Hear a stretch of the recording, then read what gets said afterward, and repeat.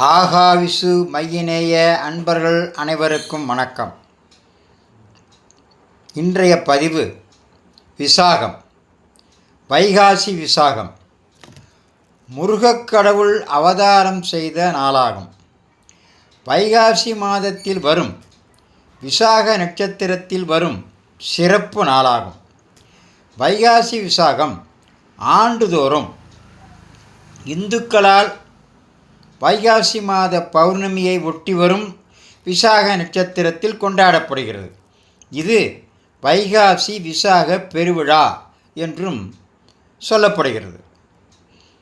புத்த மதத்தில் இந்த நாள் புத்தரின் அவதார நாளாகவும் புத்தர் ஞானம் பெற்ற நாளாகவும் கொண்டாடப்படுகிறது.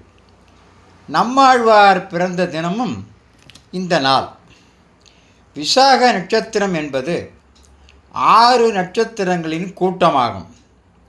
விசாக நட்சத்திரத்தில் பிறந்ததால் முருகப்பெருமானை விசாகன் என்றும் அழைக்கிறார்கள்.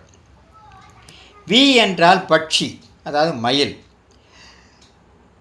சாகன் என்றால் பயணம் செய்பவன், அதாவது பட்சி மீது பயணம் செய்பவர், அதாவது மயில் மீது பயணம் செய்பவர் என்று பொருள் சொல்லப்படுகிறது. முருகனோட வாகனம் மயில் உங்கள் அனைவருக்கும் தெரிஞ்சதான்.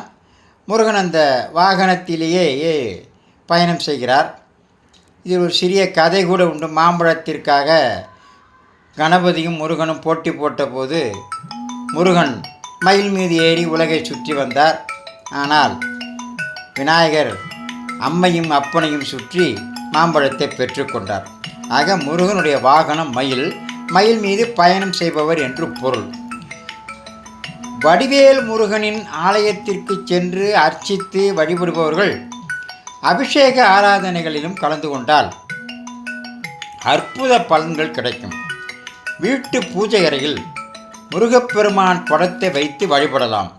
இந்த நாளின் போது இந்துக்கள் விரதம் இருந்தும் பால் குடம் எடுத்தும் காவடி எடுத்தும் முருகப்பெருமானை வழிபடுகிறார்கள். முருகன் மட்டுமல்லாது சிவன், அம்மன் வழிபாட்டையும் மக்கள் மேற்கொள்கிறார்கள். ஆக வைகாசி விசாகம் என்பது முருகனுக்கு உகந்த நாள். முருகனுடைய நட்சத்திரம் விசாகம். இன்றைய தினம் அந்த வைகாசி விசாகம். அதனால் அந்த பகுதியை அந்த பொருள்பட வைகாசி விசாகத்தை இந்த பகுதியில் சொன்னேன். இதையெல்லாம் லைக் செய்யுங்கள், சப்ஸ்கிரைப் செய்யுங்கள். மீண்டும்